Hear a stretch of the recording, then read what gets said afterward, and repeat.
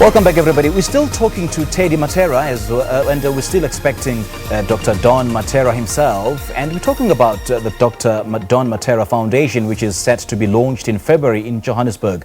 Now, before we went to that break, we mentioned about some of these books. You know, his journalism remains quite legendary, and he did not only write for himself, but he also imparted his knowledge about the rudiments of the trade of journalism to some of his proteges. So and also his oratory skills made everybody so spellbound. When he took to the stage and addressed the audiences, everybody was just thrown into a trance. So sure. I wanted to discuss his writing prowess, particularly some of these books, and the most notable one is the weapons. Memory is the weapon, yes. Memory is the weapon, I beg your pardon. Yeah, I wanted to talk more about those books. If one looks at the title of his book and how appropriate it sits in South Africa where we are today, lest we forget where we come from, lest we forget who we are, lest we forget where our trajectory leads us into the future, it is important to recognize the contribution he's made in that field.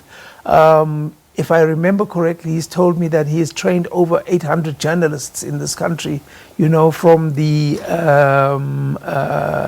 Mondli Makanya, Molete, Ferial Hafaji. The list is endless. He was the trainer at the Mail and Guardian at the time, and later associate editor at the Sowetan also. Okay. So I think his legacy and his work speaks for itself. Most famously is the Azanian love song, which kind of is an anthem, points to a lament of where and how we wish our country to be and reflected in our memories. So in terms of the South African context, it becomes really important that for generations forward, they know who we are, where we come from. And I think this is the spiritual gap in our country that we lack, is we have perhaps not all of them, but a group of young people around the country who have no sense of identity. Yeah. And we're bringing that identity to the fore through this foundation. Not that he's the only one, but he's one amongst the few who shares those ideals.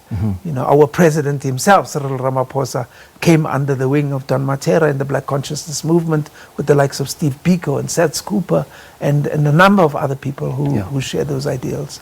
With ink in his veins, it was very much difficult to abide by some of the banning orders instituted by the apartheid regime, and in more ways than one, and constantly he fell foul of the law leading to his arrest. But then that never stopped him, and he used his books, he used his writings as a tool to fight whatever battles that they were going through at the time. So do you think through his writings the message filtered through the persons that it was supposed to reach? Well, all you need to do is ask some of the more contemporary poets.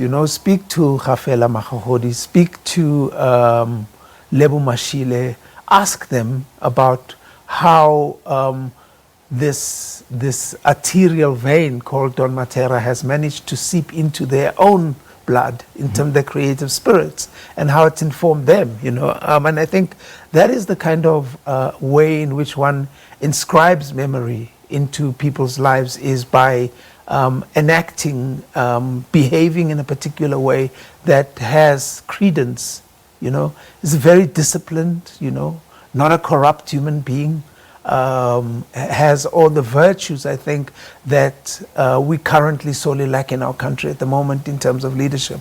So this is a grand opportunity for South Africa to celebrate this icon.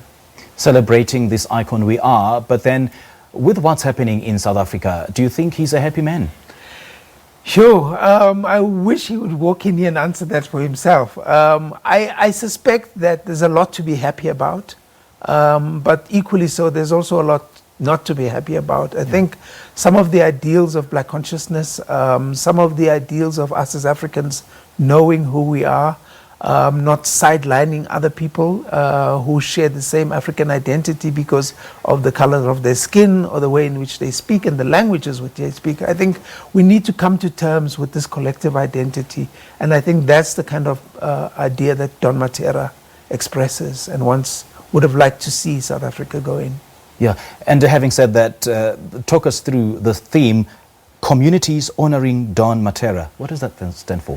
It's precisely that. I think, we've forgotten that this struggle and this war against apartheid was fought by communities. Not necessarily always people who are out of the country, but the war was fought on the ground here by communities. And I think in this regard, it was important for us to consolidate that idea and bring it together.